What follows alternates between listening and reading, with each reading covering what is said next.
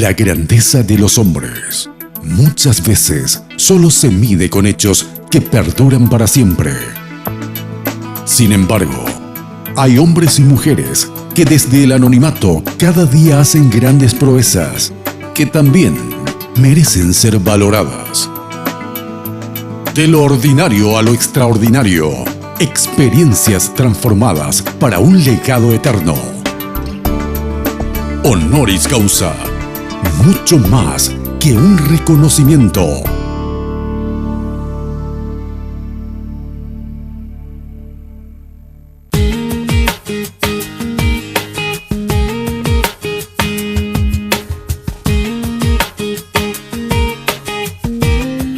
Señoras, es un placer iniciar nuevamente un encuentro muy especial aquí en Honoris Causa a través de Red Guaraní, el canal de la familia.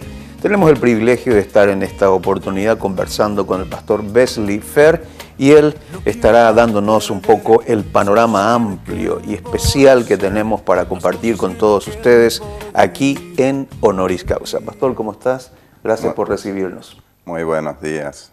Realmente para mí es un placer, Darío, estar en tu programa y esperemos que seamos de gran bendición para todos los que nos ven. Muchos saludos para todos. Estamos disfrutando de este rico y calentito mate, vamos a seguir haciéndolo y fundamentalmente para que conozcamos un poco de tu trayectoria, de tu trabajo misionero, de tu experiencia también como papá, como pastor junto con tu esposa. ¿Hace cuántos años en el ministerio? Hace 12 años que estamos pastoreando en Limpio. Empezamos una iglesia ahí, Iglesia La Antorcha. En realidad empezamos con una persona en una casa y fue creciendo, desarrollándose hasta lo que es hoy, ¿verdad? Toda una iglesia ya. Sí. ¿Tu llamado misionero, tu llamado pastoral, cómo se dio? Y mi llamado lo recibí en realidad cuando yo tenía 10 a 12 años. Recibí una fuerte convicción de que yo estaba llamado para las misiones viendo una película de Hudson Taylor y después el Señor me lo confirmó con un texto de Ezequiel capítulo 3, 17 donde dice: Hijo de hombre, te he puesto como centinela de la casa de Israel, tú vas a ir y vas a amonestar a la gente para que se convierta de sus malos caminos, ¿verdad? Esa palabra fue rema para mí, ¿verdad? Traspasó mi corazón y yo estaba seguro que el Señor me estaba llamando a algo poderoso, ¿verdad? ¿Y tuviste la oportunidad también de formarte bíblica, teológicamente? Sí, yo pasé por SEMTA, en realidad en el 89, hice 89, 90, 91 en el seminario SEMTA. Después volví a reforzar un poco en el 2001, así que 4 años estuve en el seminario. ¿Y tu experiencia que ha sido allí dentro de esa institución, de qué manera ha marcado tu vida ministerial, tu vida personal también? Lo que a mí me parece muy importante es las diferentes materias que a uno le ayudan a enseñar y a entender mejor la palabra, ¿verdad? Ahora bien, pastor, tuviste la oportunidad de casarte. ¿Dónde conociste a tu esposa? Y mi esposa es chaqueña, Ajá. sí, de Loma Plata, la conocí ahí. Nos casamos y a los pocos años ya nos fuimos para el ministerio, ¿verdad? Para trabajar en el ministerio. Sí. ¿Y de aquella experiencia tan significativa nacieron varios hijos? ¿3 en total o sí, 4? 3. 3. 3, sí. ¿Cuáles son sus nombres? Jonathan, el mayor, varón, Juliane y Joana. Son 3 entonces. 3, okay. sí. Y ahora están disfrutando también de las vacaciones prácticamente. Sí, ellos salieron, las nenas salieron ahora porque querían estar un rato con la primita, así que están de parabienes. Qué bueno. Pastor, ¿podrías relatarnos un poco la experiencia de Jonathan? Sabemos que él está pasando por un momento bien especial, más aún cuando se trata de una enfermedad. No sé si llamarla enfermedad o podrías describirnos en qué situación él se encuentra y cómo fue aquel momento en el cual él tiene ese accidente. Fue así que hace En realidad ya casi 5 años, en septiembre creo que fue el 27. El 27 va a ser 5 años que nos fuimos al Chaco por un fin de semana. Y sucedió así que ahí en el Chaco él se cayó de una hamaca y tuvo una fractura a la altura de la nuca. Y entonces hubo muchas situaciones fuertes ahí para nosotros, ¿verdad? Y muchas situaciones al mismo tiempo gloriosas donde Dios se manifestó, ¿verdad? Cuando él se cayó, mi esposa escuchó una voz, miró a su alrededor y no vio a nadie. Esa voz decía, respírale a tu hijo. Claramente. Cuando llegamos al hospital, ellos dijeron que era muy difícil, imposible que sobrevivía sin esa respiración. Le respiró todo el camino, ¿verdad? Así fueron en todo ese caminar, en esos 5 años, muchas cosas sobrenaturales que el Señor nos reveló, nos permitió vivir, ¿verdad? Para mostrarnos que Él está con nosotros, ¿verdad? O sea, a partir de ahí empezó otra vida. A partir de ahí nosotros estamos bastante encerrados, ¿verdad? Tal es así que cuando ella se va a la iglesia yo me quedo a cuidarle, o cuando yo me voy a predicar ella se queda a cuidarlo. Hace 5 años no salimos juntos. Pero aquí en casa nosotros sabemos lo que queremos, sabemos quién está con nosotros y hay una armonía fluyendo, aunque hay ciertas restricciones que no podemos disfrutar lo que otros disfrutan, ¿verdad? Y también hay muchos gastos, ¿verdad? Que implica el cuadro con respirador, con toda la fisioterapia, todo lo que implica, ¿verdad? Después de aquel accidente estuvimos 9 meses en terapia intensiva, ¿verdad? 9 meses. 9 meses. Eso fue el tiempo más fuerte, donde los primeros 3 meses donde Jonathan estaba consciente, pero no podía hablar, no podía moverse nada. Ahora mueve bien su cabeza, habla bien, estudia. No perdió ni un año de estudio, está en 8º ahora y está haciendo re bien su curso, ¿verdad?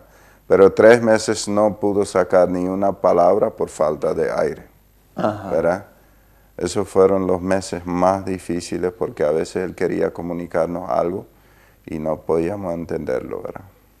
Ese momento en que tu esposa escucha esa voz de que debía pasarle aire, ¿ustedes estaban en el Chaco y de ahí fueron al hospital en el Chaco o directamente vinieron a Asunción? Fuimos al hospital en el Chaco y circunstancialmente me encuentro con el pastor Walter Neufeld, que no vive en el Chaco, ¿verdad? A la vuelta del hospital, o sea, en el hospital Filadelfia le encuentro, él me dice, me declara una palabra: si tu hijo va a servir a Dios, va a vivir. Eso me dijo, así rápido. Así. Sí. Y él vivió, él vive. Él vive. Él vive para contar la gloria de Dios. Ese proceso de 9 meses, ¿dónde se vivió? ¿Acá en Asunción? Sí, en el Hospital Bautista. Y estuvo 9 meses en terapia intensiva prácticamente. Sí, en realidad él sigue siendo de terapia intensiva, pero lo tenemos todos los aparatos aquí. Ajá. O sea, lo tienen, vamos, prácticamente aquí en la casa. Sí. Ahora, una de las cosas que como papá y también como esposo, como familia, diríamos, afrontar esa situación fue bastante difícil y bastante delicado. Ver a tu hijo que prácticamente estaba ahí postrado en cama y más aún con una situación o con un cuadro que uno prácticamente no sabía cuál era el propósito, cuál era ese aspecto tan circunstancial, diciendo, ¿será que mi hijo va a salir de esta? Quiero que, por favor, puedas pensar en la respuesta, Pastor Wesley. Vamos a ir a una breve pausa. A la vuelta estaremos compartiendo lo que Wesley está abriéndonos su corazón al contarnos lo que ellos han experimentado. Ya volvemos. Aquí estoy yo.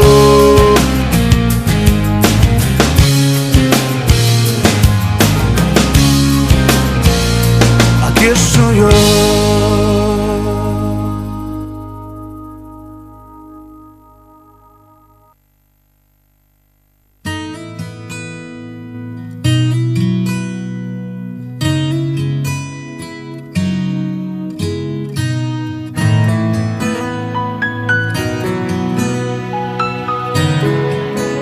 Seguimos aquí en Honoris Causa compartiendo con todos ustedes esta programación y conociendo lo que han experimentado, en este caso el matrimonio Ferd con su hijo Jonathan, compartiendo a través de Red Guaraní, el canal de la familia. Pastor Wesley, 9 meses en terapia intensiva en un hospital privado. Una parte es la cuestión económica, otra parte es todo el desafío emocional, espiritual, porque está bien si son 9 días. Pero 9 meses y aún él continúa en un estado de terapia, pero en este caso aquí en casa. ¿Cómo lo viviste? ¿Cómo ustedes pudieron enfrentar y soportar todo eso? Yo creo que soportar y enfrentar es mirar a Jesús. No hay ningún otro camino. Yo creo que cada vez que mirábamos las olas, así como Pedro cuando salió de la barca para caminar sobre el agua, él se hundía. Cuando miraba a Jesús, caminaba sin problemas sobre el agua. Y eso es nuestra realidad, hasta hoy día. Mientras nosotros miramos a Jesús, caminamos sobre el agua. Nos ayuda muchísimo. La palabra de Dios es la misma, ayer, hoy y siempre. El Señor Jesús vino a sufrir, vino a pagar el precio por nuestros pecados, por nuestras enfermedades en la cruz. Él venció, ¿verdad? Entonces, lo que a mí me ha ayudado muchísimo, yo he estudiado la palabra a profundidad. En el hospital yo leí los evangelios, porque la Biblia dice que la revelación perfecta del Padre es Jesús. Entonces es importante saber qué hacía Jesús cuando alguien con mi situación venía a Él, ¿verdad? Y no encontré ni una sola historia donde Jesús ignoró la situación, la dificultad de la persona y dijo, mira, ¿sabes qué? Esto no es para ti. Lo que Él sí pedía es fe, ¿verdad? Pero Él siempre intervenía favorablemente. Es más, varias veces menciona que y traían a muchos enfermos a Jesús y todos eran sanados.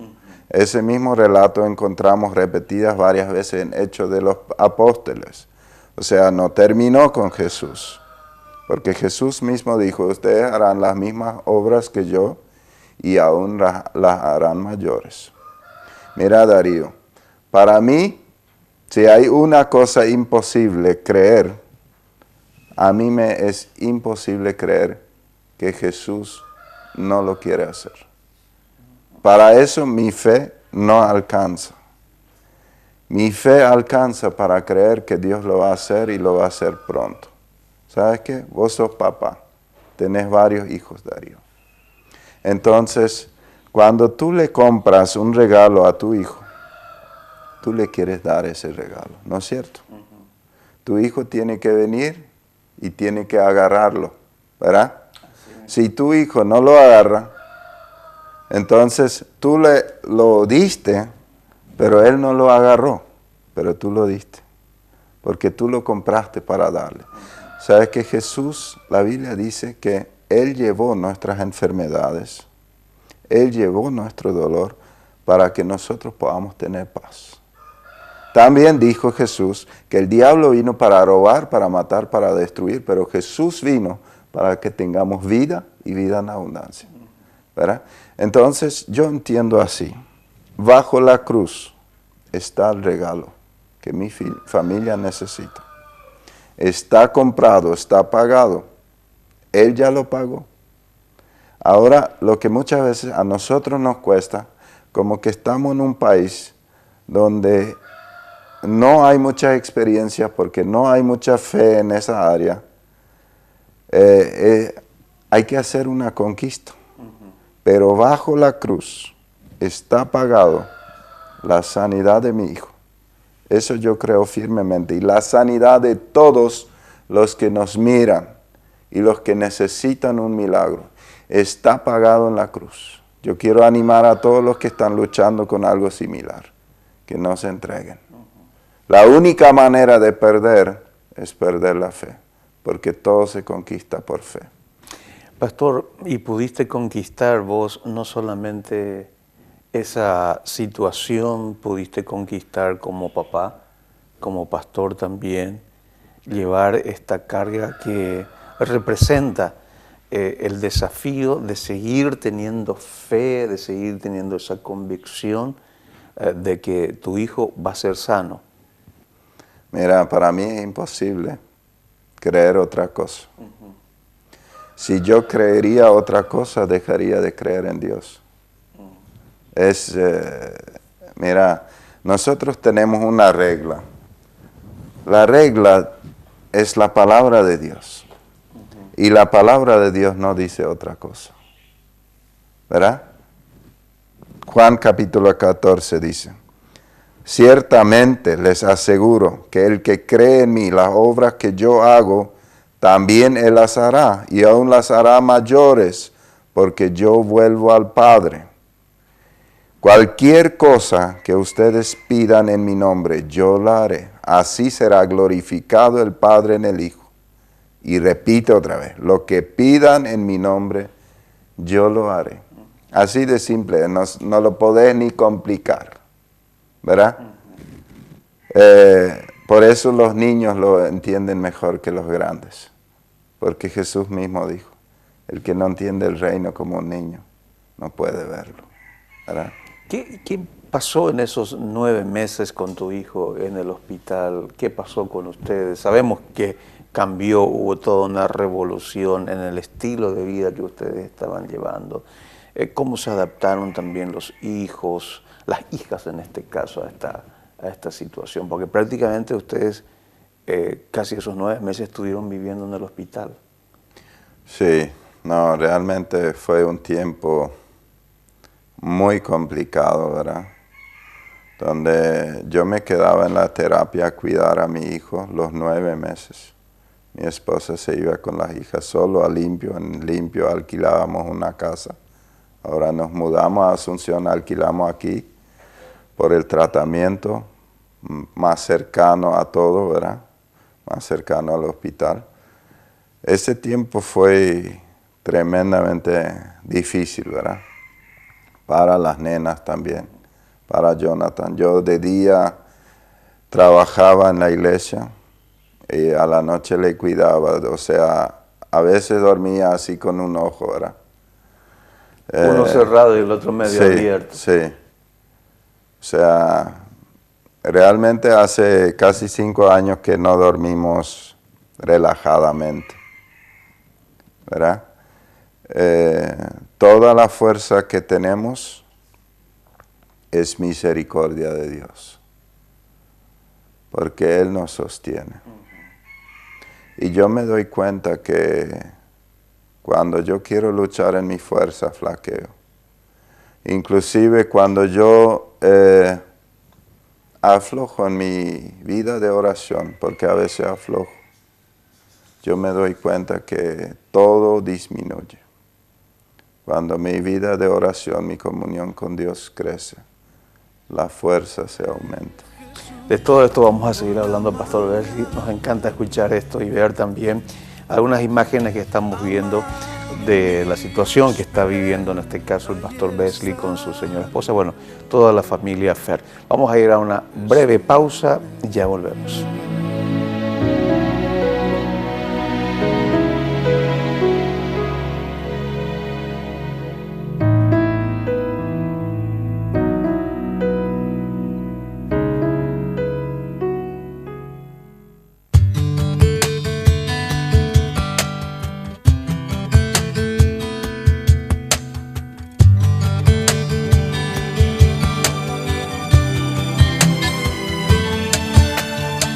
que seas. Seguimos aquí en Honoris Causa con todos ustedes, compartiendo la experiencia del pastor Wesley Fair, la situación que ha vivido su hijo Jonathan y el proceso que se ha dado en estos 9 meses que estuvo internado en terapia intensiva, cómo pasó esa situación. Hoy ya lo tienen aquí en su casa, compartiendo todavía en ese proceso de recuperación y confiados en que Dios hará su obra completa en la vida, porque esa es la esperanza y la fuerza que te mantiene a vos como papá, a ella como mamá, vivos y entregados también al Señor. Sí, en realidad yo nunca le puse condiciones a Dios, pero su palabra lo dice, ¿verdad? Haga lo que haga el Señor, yo le voy a seguir y le voy a alabar, con mi vida o la vida de cualquiera. Pero yo sé que su palabra es verdad y me mantengo solamente en su palabra porque eso es lo que dice la Biblia. Si nosotros permanecemos en Él, no hay, la palabra imposible solamente nosotros inventamos. Eso no está ni en la Biblia. Sí, el imposible para Dios es que Él mienta. Eso es lo único imposible, Él no puede mentir. Y su palabra lo promete.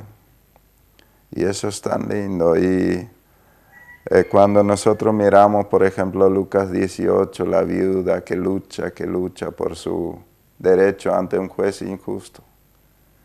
Y Jesús empieza en realidad esa parábola con decir que deberían orar siempre.